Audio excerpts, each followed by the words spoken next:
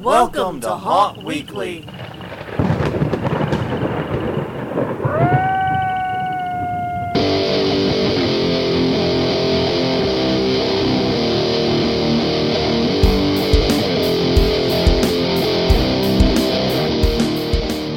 Hello everyone, I'm Jonathan. I'm Crystal. And this is Haunt Weekly, a weekly podcast for the haunted attraction and haunted entertainment industry. Whether you're an actor, owner, or just plain aficionado, we aim to be a podcast for you. And we're back once again. I know we keep acting surprised that this weekly podcast comes out every week. It's like we planned it or created it that way or named it that way or something. I don't know. It's weird. Yeah, but I remember whenever we started this, so many people were like, well, we'll see where you are in a year. Yeah, you'll never make it a year. There's never on stuff. You're not going for a year. They were cautiously, supportive. The old timers didn't think we could make it. Yeah. But we young whippersnappers knew better. Yeah. No, we're not young whippersnappers. And no. They weren't old timers, and I'm being offensive to absolutely everyone involved in this conversation, myself included. Yes, but you're not the most offensive thing we'll be talking about today. Oh, Jesus Christ, no. Oh, Lord of mercy. This is a tough one, folks, because, okay, let's get a few things out of the way. Right. One, this will probably be a shorter episode. Right. We usually try to make these around 50 minutes, but it's February, we're in the doldrums of the news, and I've got to be honest, it's tough even for me to find a lot to talk about. Especially given the caveat we'll talk about in a minute. Because people are doing conferencing, they're starting their new builds, they're getting their... And that's what I was about to say, is if you want the news and haunting, go on Facebook, find haunter groups, and see all the awesome photos, like Haunters Hangout. Right. So many awesome photos of what people are building and working on and creating. Oh my God, I'm like drooling every day on Facebook. Yes. Like my keyboard has to be replaced like 3 times a month from the drool that accumulates in it. It's great. Oh, I'm so glad that's not true. Yeah, because I don't have a keyboard, I have a laptop. That would be really bad, wouldn't it? Yes. That would be really rough, wouldn't it? Yes. Yes, it would. Yeah. But yeah, that's where the news is happening right now. It's happening in those groups. And it's also happening with people, posting photos and videos from the different conferences. And so if you aren't following the conferences, you might want to start. And by the way... You might want to start it like in December. Yeah. Well, and speaking of which... Windy City Haunters took place this weekend. Right. We have heard from our man on the inside, Japes. You might have heard of him if you listen to the show. Maybe. That it was absolutely banging, excellent, and great. It was every bit as great as we'd hyped it up to be, apparently. Yes, and they are also, I have seen a few of their videos from the conference. Yes. Because in addition to only being $20, they also posted free videos for everyone. I mean, come on. I would like to say, even though I was unable to attend due to like location and time, and time and location, this is already one of my favorite haunt conferences. These guys are amazing and they're doing great service to the industry. Yeah. I can't say enough good things about them. Yeah, so if you haven't followed their page or liked it, definitely get on there and do it. They are an awesome group of people and they're serving our industry very, very well. And honestly, why don't more haunts do this? I don't know, because we were trying to figure this out. Because it seems like you already have the space. Yeah. And you've got a local community. And especially like in New Orleans, because we have like several haunts in the area. And as far as I know, there's not any like really strong animosity between the people. In fact, several of them work together on a regular basis. Like all haunt communities, we are genuinely incestuous here. Right. To some degree or another. Because we're a small community. There are conflicts, there are quarrels. Yeah. Don't get me wrong, the people who don't like us. Yeah. I get that, but the point remains, yes, we're still a very incestuous and very family-like community. Right. So, yeah, I don't see why you couldn't have a conference at the House of Shock, for example. Yeah. Because that's one, we never did the podcast on, running a conference. We never really got into that. But one of the number one expenses is finding the location. Yes. And reserving it and booking it. If you've got that already, you are like 60 to 70% there. Yeah, and I can think of several rooms there that would work for it. Also at 13th Gate and Mortuary. I mean, Mortuary tears down every year. Yeah. Or at least they did. I don't know what their new schedule is. I know they tear down significant portions still, but maybe not the entirety of the haunt. I think they leave the basement intact, but I think much of the rest of the haunt is torn down. Yeah. After year. I'd have to get with some of my friends that are still, some of our friends, I'm sorry, that are still there. Yeah. I don't know why I said my friends. Well, and the thing like, you don't know these that, people. Like, we don't all go to karaoke together or something. Yeah, I know. I have no idea who these people. You don't know these people. I've never met any of them on a weekly basis. No, yes. never. Yeah. Sorry. Yeah. But they, but since they aren't doing the Christmas thing anymore. Yeah. I don't know what portion they're tearing down now. Yeah. That's what I was trying to get. I get that. Because that's a new thing. Yes. For them not to do that. So. Yeah, I mean, if you have a haunt, you have space to host a conference. Yeah. And especially if you have a lot of other attractions in your area, like regionally. Yeah. Why not consider doing a conference? Why not consider inviting your brethren to come, hold workshops, exchange ideas, talk shop a little bit? You could also get involved with your local theater groups and schools that have theater departments and do instructions on makeup and set design. Yeah, and bring in the home haunters, bring in everyone. Yeah. Why not? There's no reason not to. I mean, you got the most expensive thing already. Yeah, I'm not kidding. Yeah. As someone who's planned a conference, trust me, having a location is key. Yes, that's why the ones that I planned were always on colleges that we talked to and were friendly with. And the ones I planned with, and this is actually true, we were given access to a country club room. Yeah. I shot video for that. Yes, you did. You were there shooting video. And basically, the president of the company was a board member of a country club. Right. So we had access to the giant, big ballroom at the country club that we hosted at. And that was free. And that was great and amazing. And it made sure we turned a profit on our conference. Good times. Not really. Yeah. Actually, terrible times. Very tragically terrible times. Okay, but anyways, speaking of conferences, we should probably do conference reminders. Yes, now it might be the right length. Now it might be the right length. We now might have wanted on long enough it could be the right length of an episode. We'll see later. All right. All right. Would you like to begin or would you like me? Sure, I can start off. All right, kick us off. March 23rd through the 26th, so we got a little bit of break here. Transworld's Halloween and Attraction Show at St. Louis, Missouri's America Center. Early bird discounts are up probably through the next week or two, because it's getting close. So if you're looking for that and you haven't gotten your tickets yet, definitely look into doing that. New this year is the Escape Room City, a zone all about escape rooms, because that is a theme of all of the conferences this year. Yes, indeed. And you can find out more at the HAShow, HAASHOW.com. I do think it's very telling how important escape rooms have become to the industry that Transworld, probably the biggest conference we have in our industry, has dedicated a quarter of their floor to it. Right. It's very telling right there. Yeah. But speaking of room escapes and escape rooms, the Room Escape Conference and Tour is May 1st through 5th.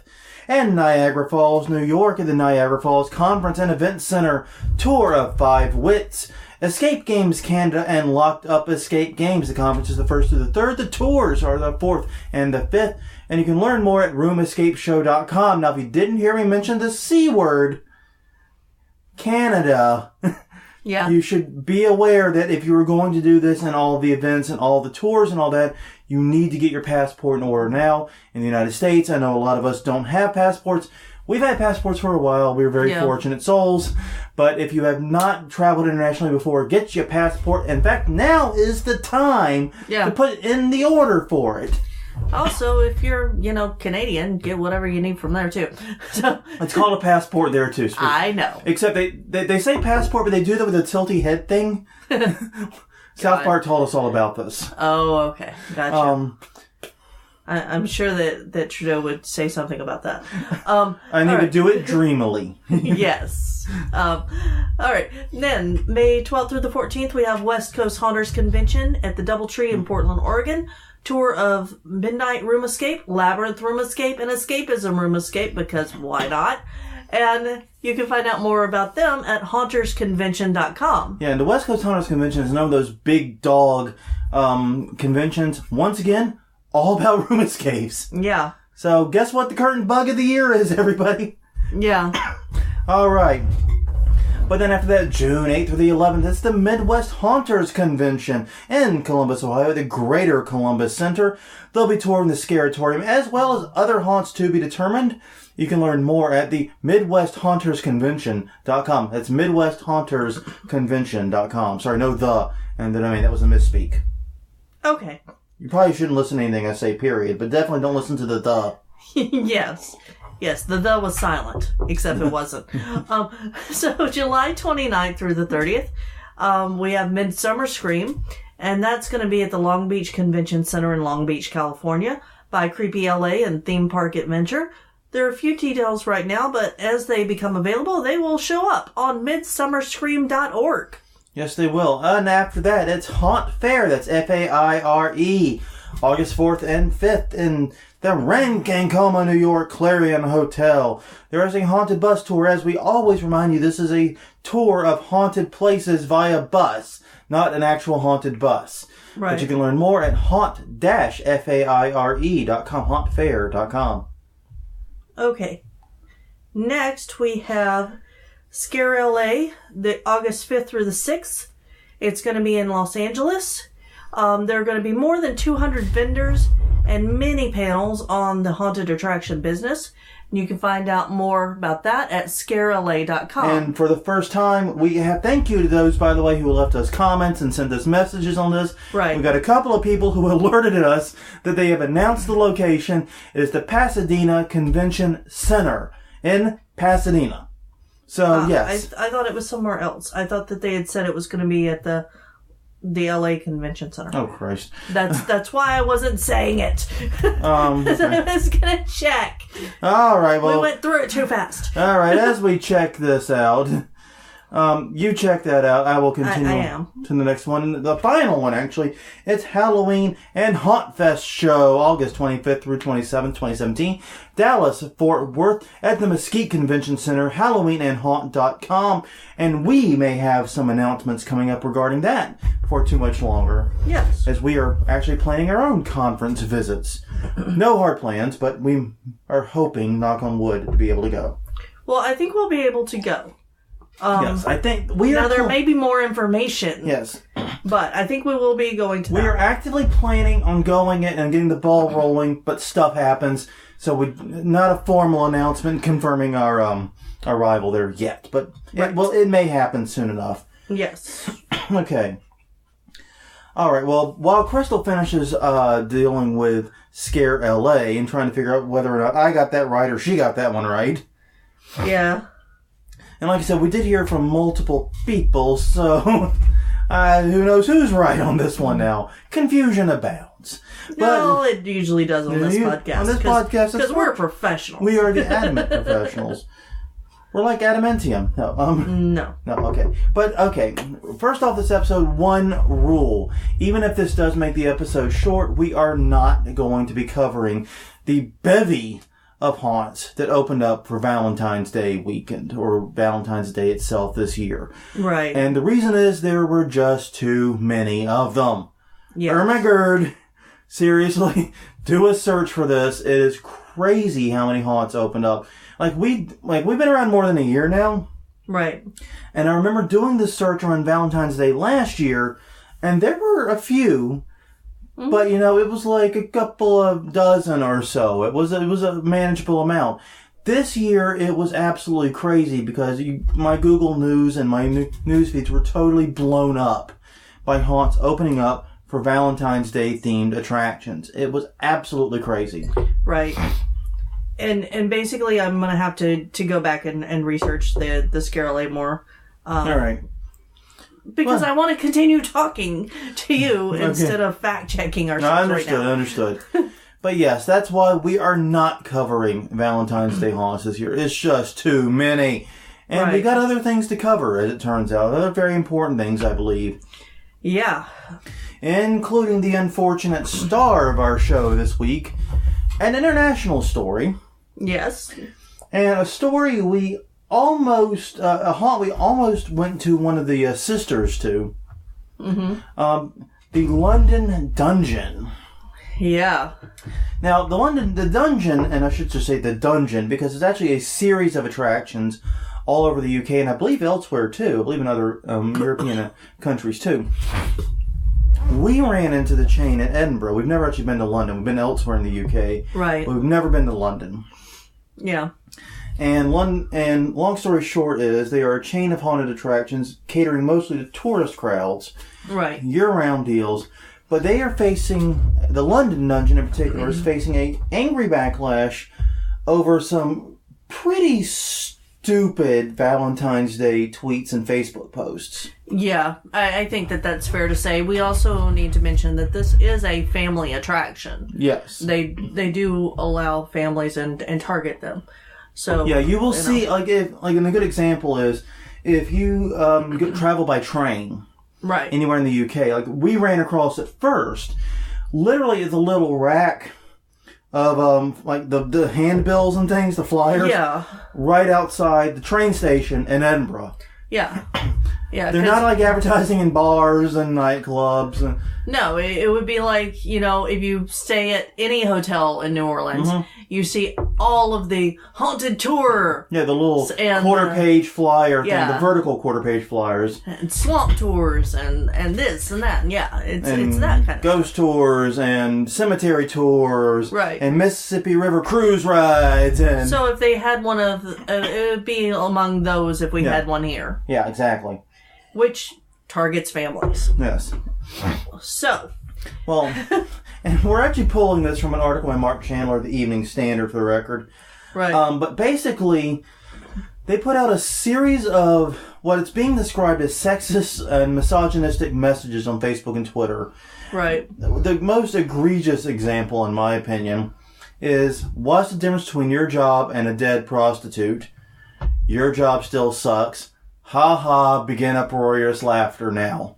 Commence chuckling. That's what you're supposed to do. That's the idea, at least. Yes.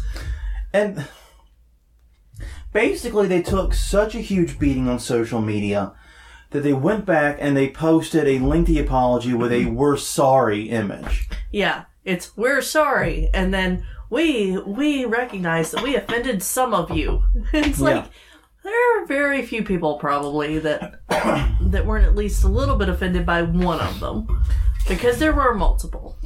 And this story to me really points to some of the perils of social media for haunted attractions. And the thing about it is this: I know from working with haunts and being involved in this industry that usually the social media guy is detached from the ownership of a haunt. Right. Yeah. It's usually somebody else. The haunt owners want to build things. We want to design ads. The closest we want to get is thinking about themes and designs. Right. We don't want to actually manage the day-to-day social media stuff. That's boring. No, you hire someone, or you give it to one of your computer-savvy cast members and throw them a few bucks or something. Yeah, you don't usually handle it yourself.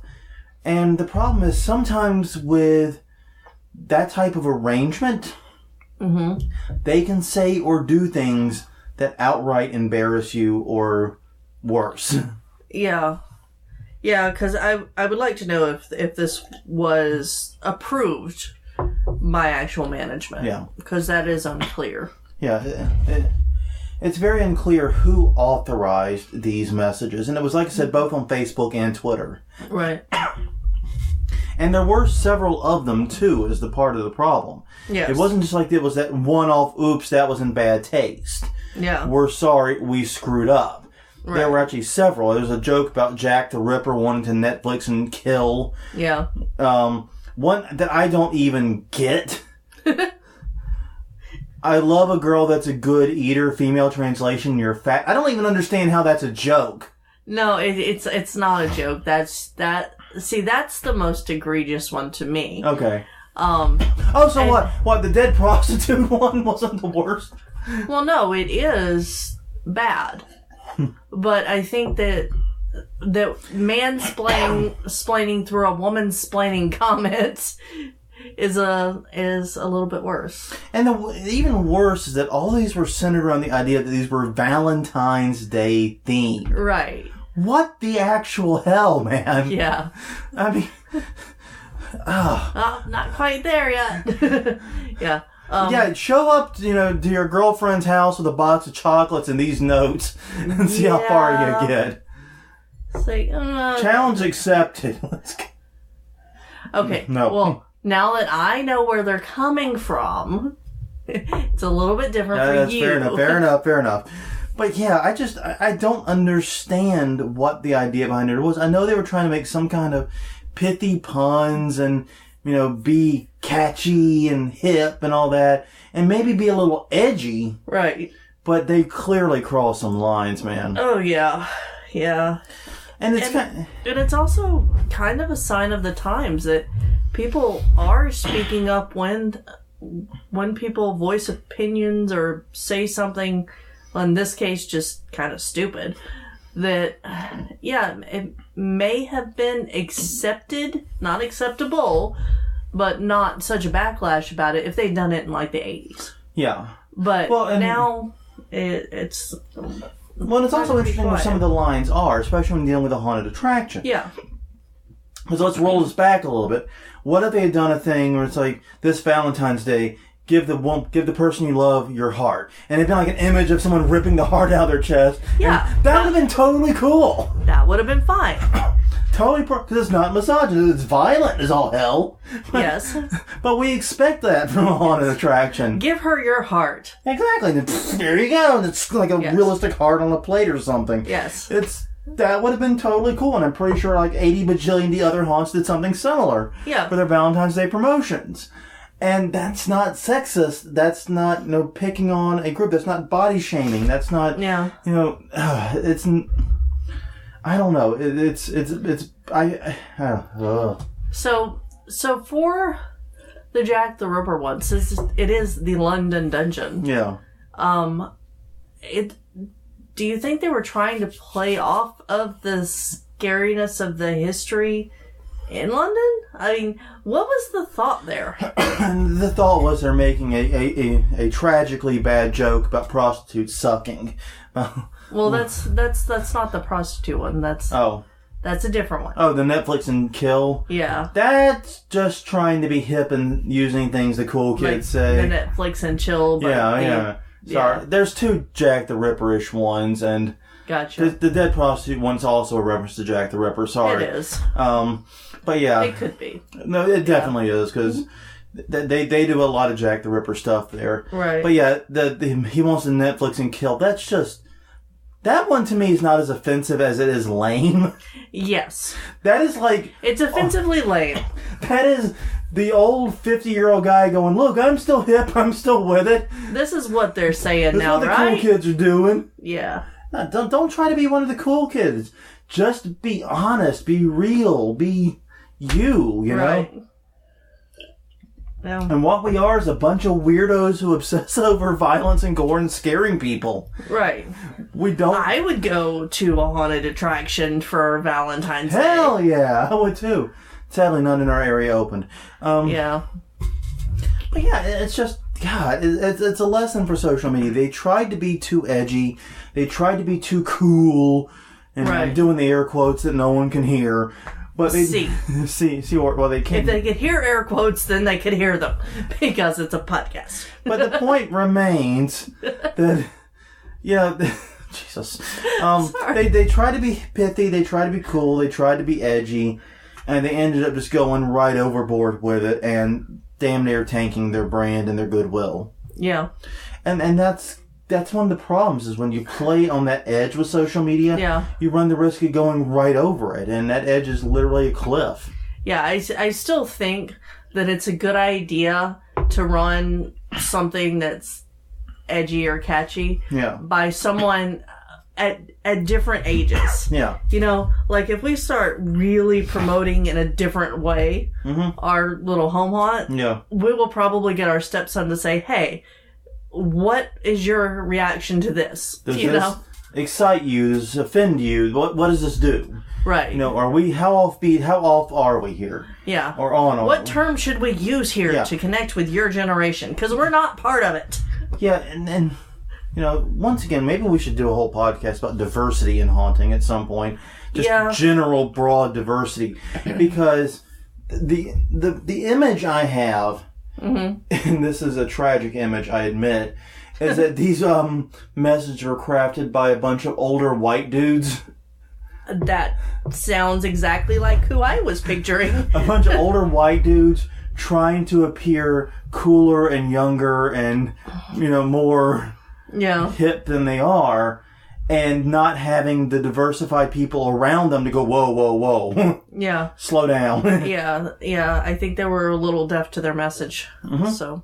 I would definitely agree. They were definitely a lot deaf, actually, with us. Yeah. And they paid for it. And what did you think about the apology? What was your take on it? It did not seem sincere. Yeah. It seemed,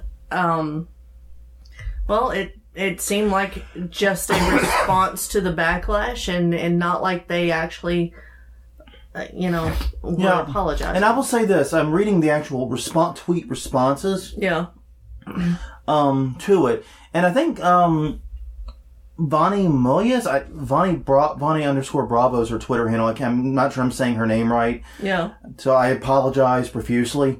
But she says, Dungeon _London, do you recognize why you've upset people and why this is offensive? And why this is, why this is offensive, basically. And they never actually clearly stated why it was offensive. Yeah. They just said they're sorry, they've offended some people. Some people, I love that one too. Some people. Yes. Yeah, It was a non-apology to me. Yeah, basically. If I were offended, I am offended by this, but I'm also not a potential London Dungeon customer right now. Right. So. Well, if you were in the area, would this keep you from going? Yes. Okay. I'll say that. I will be honest. And I'll say that for several reasons. One is in Edinburgh and London and elsewhere, where we know they exist, there are plenty of other attractions. Oh, yeah. When we were in Edinburgh, we wish we had another day there just to visit haunted attractions. Right. We ended up not having that ability. We did Edinburgh Castle, the museums, right, and a bunch of other stuff. We had a packed day, man. Yeah, we did. It was a full day, but we didn't get to make it in any haunted attractions. And that's really tragic. We did others in the UK, though, in that trip, but we did not go to any in Edinburgh. But we talked about how, wow, there's so many. Look at all these flyers. It was like raining. So it's basically, it's like, I could visit 4 haunted attractions in a day, and we have like 6 to choose from. Yeah, I can put them on the back burner. Yeah. I don't have to put this aside in order to have a haunted attraction experience. I have alternatives. Right. So this would probably keep me from going. Okay. This probably would. Just curious. I am curious what one of their attractions is like, because they are such a big chain. Right. But I'm not. But this kind of blunts that curiosity. Yeah. How's that? Yeah, I think I could look up reviews online. Yeah, I don't know. This is tragic to me. It's one of those situations where until they apologize correctly. Yeah. And to my knowledge, they haven't. Like I said, we're reading this one article. We've read other articles too, but we're pulling right now from this one in the Evening Standard. We have not seen what we consider to be a proper apology. Now, this thing is still unfolding, to be fair. Right. This is one of the things that literally started developing within the past week as we're recording this. Yeah. So it's possible it could come after. Yeah. Maybe they should try a video apology. Or at least, not every apology fits in a tweet. Yeah. That's very true. Not everything you have to say fits in a tweet, man. Yeah. Maybe take this apology to Facebook and then tweet the Facebook link. Yeah. Well, they did do a Facebook. Mm-hmm. And it was longer, but still not very adequate. Yeah. Yeah, it still was very short. It felt tweet-like to me. Yes. So, I don't know. To me... Well, and that's because, they said that they understood they offended some people, but they didn't say they understood how they offended people. Which is... Yeah. Yeah. Okay. You were being misogynistic assholes. That's how you offend people. Yes. There. I'm helping you. Yes. Free advice from Jonathan Bailey. I'll take my $150 hour retainer now. Yeah. But so let's move on from that. This episode's now gone from short to long. It's funny how that happens. It is on this podcast. Okay, let's do another international story here. Geelong or Geelong? How the hell do you say that town name? I have no idea. I'm going to run with Geelong, Australia. On the southern coast there.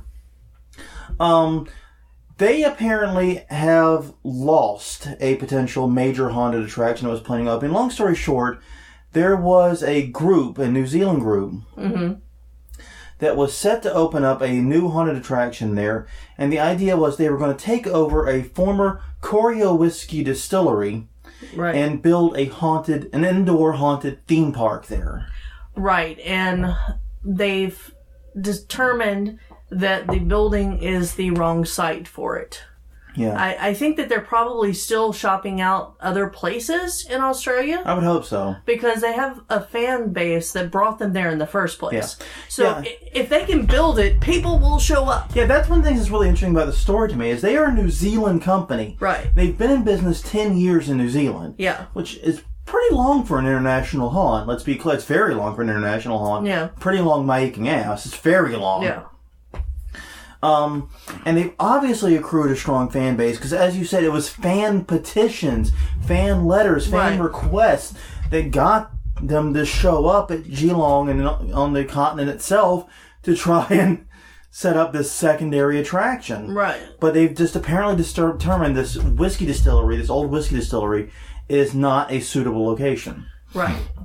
So hopefully they'll be able to find a different one.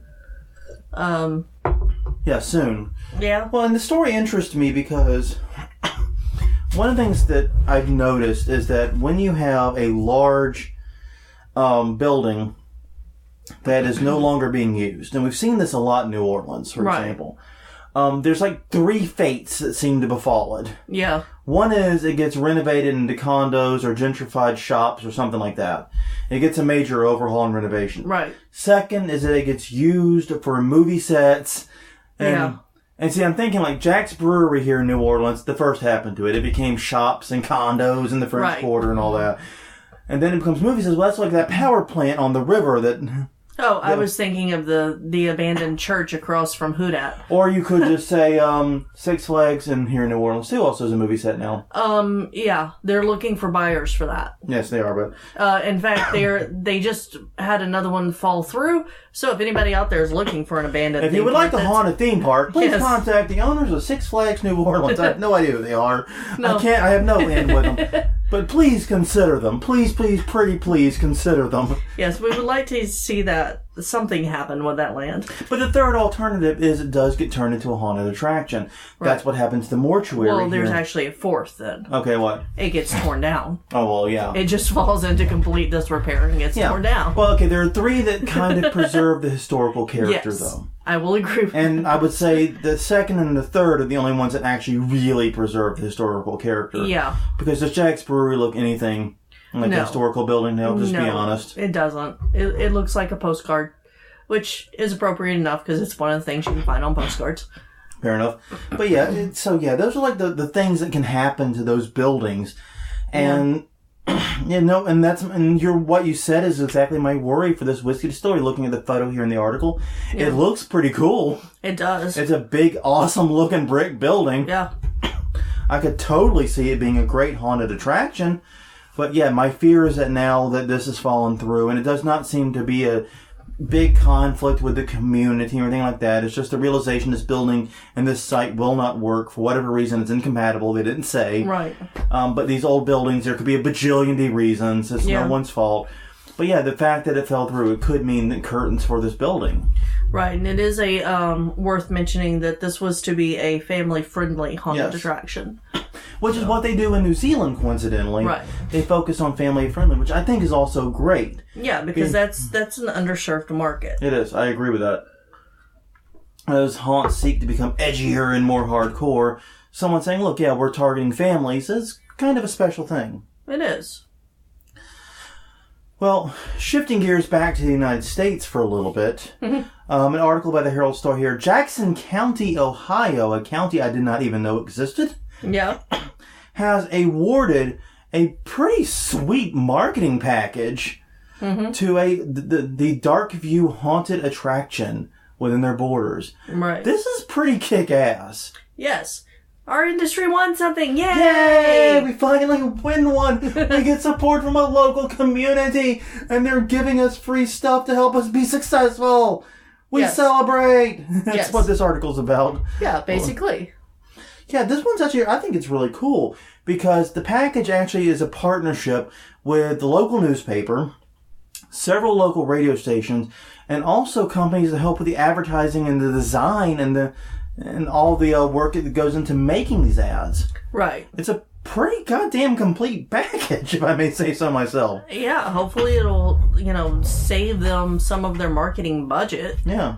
And let them put that money somewhere else. And that's one of the crazy things. We've heard stories where chambers of commerce like this have not even allowed haunted attractions to have a seat at the table. Right. Or have looked at, or allowed them there, but looked at them as the enemy that's, hurting the respectable businesses in the town. I swear to God, some towns are like candidates for the town in Footloose. Yeah. You know what I mean? I do. It's I've lived in some of those. But it's crazy stuff, you know what I mean? It's like, yeah. Oh, I'm sorry, this multi-million-dollar business wants to come in and bring tourists with it who are bringing money to our town? No, we can't have that. Yeah, we don't want them staying for dinner and drinking afterward and hanging out at our shops and buying stuff. Why would we want people to spend money here? Yeah. Screw that. Screw that haunted attraction. Yeah, we've heard that though. We've heard that exact message so many times that whenever a Chamber of Commerce does something like this, even as part of a contest, even whatever, I don't care how it was awarded, it's awesome. Yes, it's nice to be like. Oh my God, this is such a flippity flop of the usual stories we have here, and I'm so happy about it. It's crazy. So Jackson County. Chamber of Commerce, we salute you here. Thank you much for supporting the haunt industry and your local haunted attraction and not being total tool bags. Yes. We love you. Yep. All right. In other haunted attraction news locally, Glenwood, Minnesota, Fright Night's haunted attraction is under new ownership.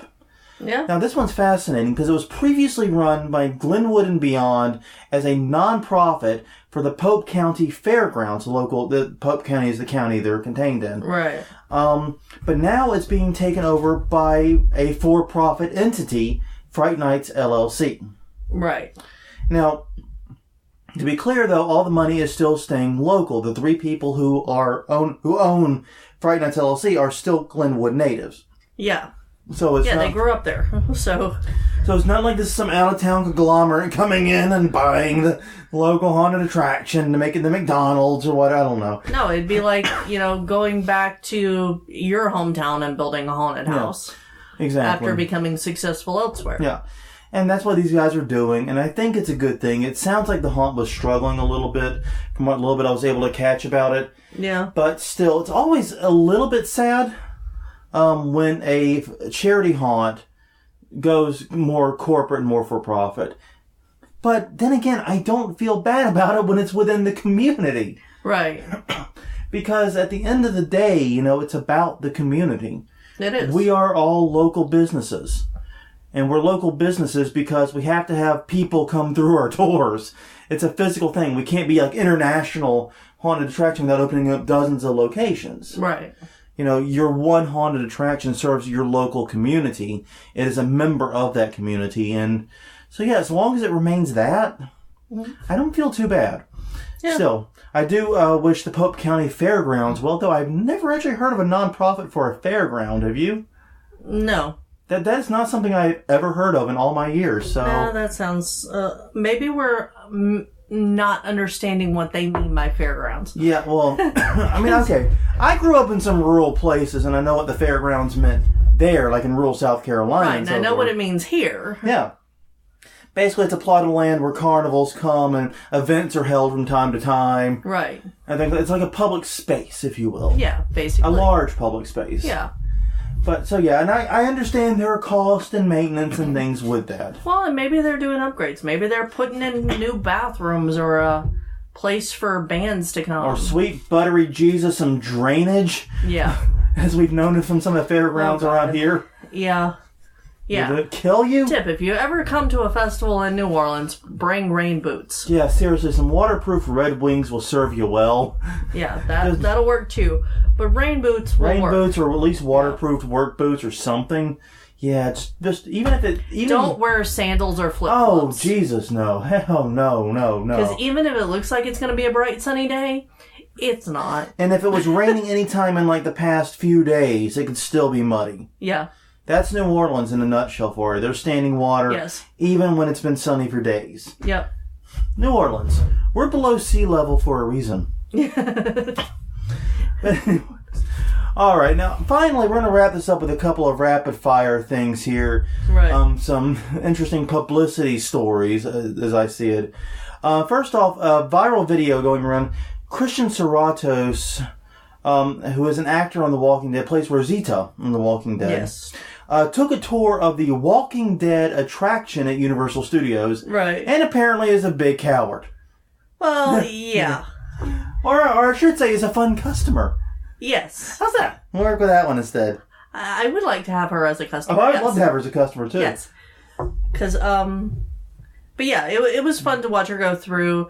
There were lots of screams to be had. Yeah. And backing away from zombies. And the main thing about the video for me was it showcased what that attraction is about. Yeah.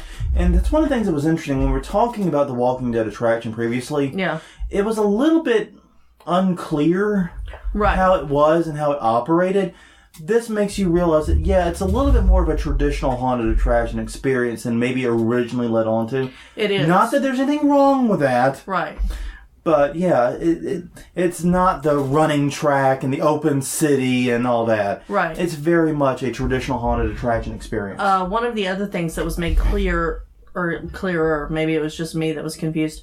Probably not. Go ahead. In the article was that the attraction is part of the park ticket. Yes. So it's included in that. Yeah, it's like the other rides at Universal Studios. When they were first talking about opening up, they were talking about doing it as a separate thing, but it was inside and that seems to have been worked And there's out a little understandable confusion because Universal Studios does this Halloween Horror Nights, which are a separate thing. So they have a pre-existing separate haunted attraction. So the confusion's understandable. Yeah. But this is just part of the regular price of the admission. So that's nice. All right. Yeah, that is cool. All right. Well, if anyone happens to watch The Bachelor, shame on you. No, you can't say that. Okay, we still love you and respect you as a listener, but seriously. We wouldn't expect we expected How's that? We would not expect that from you. Yes.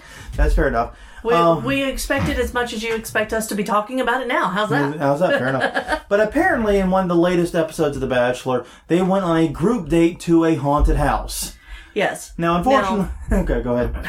Okay, now this haunted house is a haunted plantation in New Orleans. Mm-hmm. It's on the outskirts, actually. They say it's in New Orleans because everything's in New Orleans on TV. Yeah, like everything within like 100 miles of the French Quarter's in New Orleans. Yeah. But no, it was on a haunted plantation where there were actual... In one of the river parishes, probably. Yeah, it is. It's a homeless house. Okay. But yeah, so they would do things like books flying off the shelves and candlesticks knocking over and that kind of thing. Not an actual haunted attraction. But still a haunted. Right. But and like many of these haunted mansions on the river or up the river parishes, they do make their living in the haunted entertainment industry. Oh yeah. By living off their haunted reputation. So. Oh yeah. It's still very much part of our industry in its own way. But yeah. But, my understanding is girls got scared. Yeah. Someone got voted off. Stuff happened. Yeah. I have no idea. I don't really care enough. The article was confusing for somebody who doesn't know anything about the show. If you didn't know, we do not watch The Bachelor. We know absolutely nothing about the show. I know the name of the show. That is literally as far as... I know it involves like one dude and like a lot of girls. And that's about it. That's like all I got. Yeah. That's really it. So I apologize if I'm offending your favorite television. Sorry. But I don't understand it. But seriously, if you are interested in how our industry is represented in pop culture and the media, this is something to check out. It's something to put on your list. Is this something that we're going to have to watch? Hell no. Oh, okay. Hell no. I have standards. I don't know. We've watched some pretty bad movies Yeah, this then again, weekend. I'm totally reminded of what we watched last night, and my argument holds no water. Yeah, no kidding. We watched some terrible movies, and but they were horror movies. They were. They were horror movies. They were. And finally, this week, we make a bit on this podcast to not get political, but indeed, a haunted attraction was involved in political news. Right. So there's no way to not discuss politics, even as we try to keep our own views out of it. Yes. But Kellyanne Conway, as many of us know, recently made the comment about the Bowling Green Massacre, which, as we all know, was a terrible tragedy. It was a massacre that did not take place in Bowling Green, Kentucky. It was actually the arrest, and it was supposedly an averted terror attack. Right. Nothing actually happened. There's even debates about it being an averted terror attack, but once again, we're not going into all the details. Basically, no one died. Yes. Is the point. Yes. But someone made the quip that Kellyanne Conway just got confused because she was thinking of the Massacre Haunted House in Bowling Green, which turns out to have actually been a real thing. Yes. So, that part is true. There was a haunted house called The Massacre. Yes, in Bowling Green. Yes. And it's unfortunate that it looks like it is closed. Well, it's the people behind it. There's a company called Horror Industries. Yeah. They have a thing where apparently they change and cycle through haunts and haunt names. Right. Pretty rare, which some companies do, and whatever's your bag. Yeah. I'm not here to judge. But they used the Massacre name for a period of time around 2011. It's kind of, I couldn't figure out when it was open, when it closed. It sounded like it opened something like 2009 and 2010 and went on a little ways. Right. But it's since been replaced by a haunt called Bloodshed, which is also opened up in that town in 2016. Right. Well, maybe they'll go back to the massacre after this. Yeah, so then you could have the Bowling Green Massacre Haunted House. Yes. That's actually pretty awesome. So, ride the wave, guys. Ride the wave. Just trust me on this one. But yeah, so these guys have gotten a rather large and unexpected amount of attention out of nowhere. And it's interesting because you can actually find the Facebook page for the Massacre at Bowling Green. And it hasn't been updated since, I believe, 2011, sometime late 2011. Right. And it's very, very clear that it's inactive. But still, these guys and their haunt have gotten a lot of publicity from the mainstream press because of this. So it's got to be an interesting time for them. Oh, definitely. As someone that's been the subject of random mainstream media publicity, not necessarily in my haunt job, but my day job, right, I will tell you it is a dizzying, harrowing, terrifying, and exhausting experience. Yeah.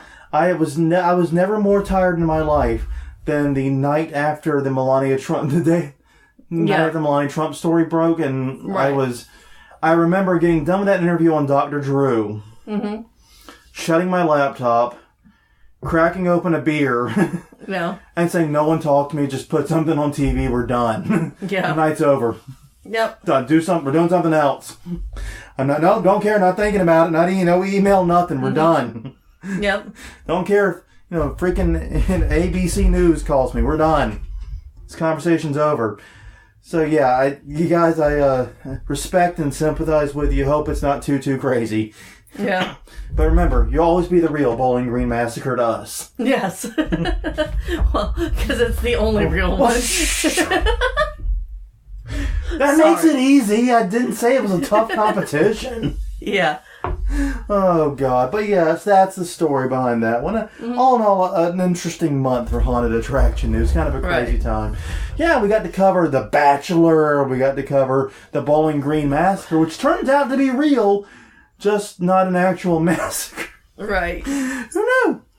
And, of course, stupidity on social media at the London Dungeon. Oh, my God. Yeah. So I'm going to go...